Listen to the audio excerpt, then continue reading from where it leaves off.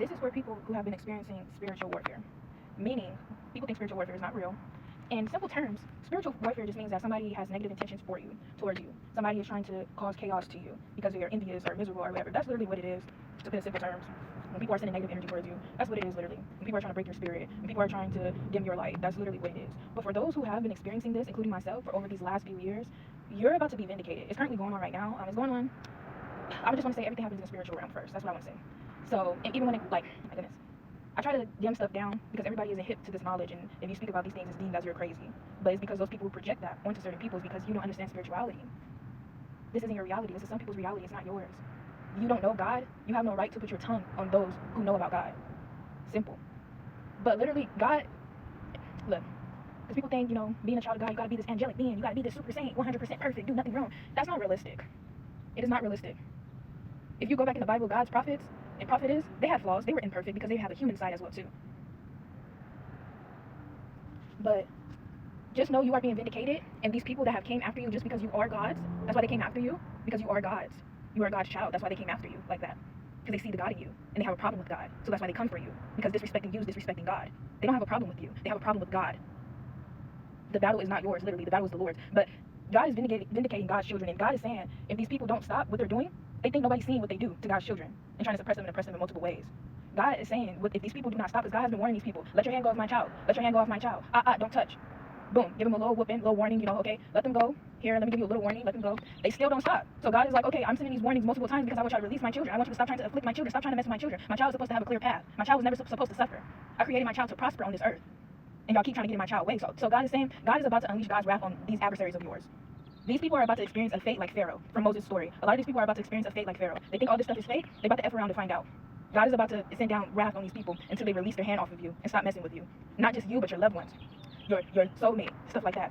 Your finances, your foundation, your ministry, whatever. God is about to give these people a fate like Pharaoh. You see, Pharaoh was stubborn. God had to warn Pharaoh multiple times. Pharaoh still said, no, I'm not going to listen to you, God. I'm not going to listen to you. So God had to come and strike down God's anger. God don't be wanting to do these people like that. This is why God takes so long, because God be giving these people multiple chances to change from their ways and to stop suppressing God's children. God is very merciful. God is like, I don't want to hurt you. I created you. I don't want to hurt you. But you keep afflicting my child, and I literally gave y'all instructions not to touch my child. Y'all keep afflicting my child. Got my child suffering, trying to mess with my child's purpose, so I'm about to unleash my wrath on you. God is about to give these people a fate like Pharaoh. They think that nobody's seen them. They thought you were alone. Whatever they're trying to do. And some of these people, they're going to be angry because they get a karma, but they shouldn't be angry because they targeted you. You was innocent. You wasn't doing nothing to these people. I don't care if people was lying and claiming that you was messing with them. You did nothing to these people at all. They were just upset with you for existing. And this is why God is angry with these people.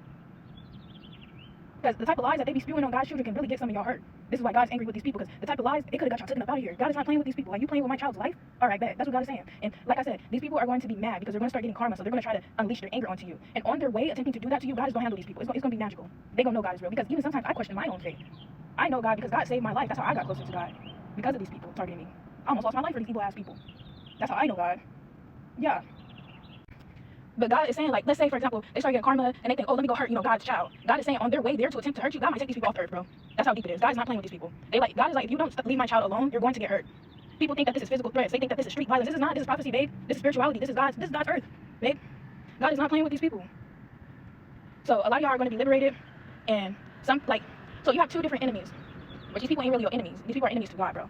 You got two different enemies. You got people who don't know what they're doing, right? They might be influenced by other people. They don't know what they're doing. Those people, God is saying, those type of people, God might redeem some of them people. God might not unleash as much karma on some of them people because they were innocent, they were deceived, they were manipulated. But the people who know who you are and they are intentionally still afflicting you, these are the people that God is coming for. These are the people that God is they're about to experience God's wrath, and they're going to know that God is real.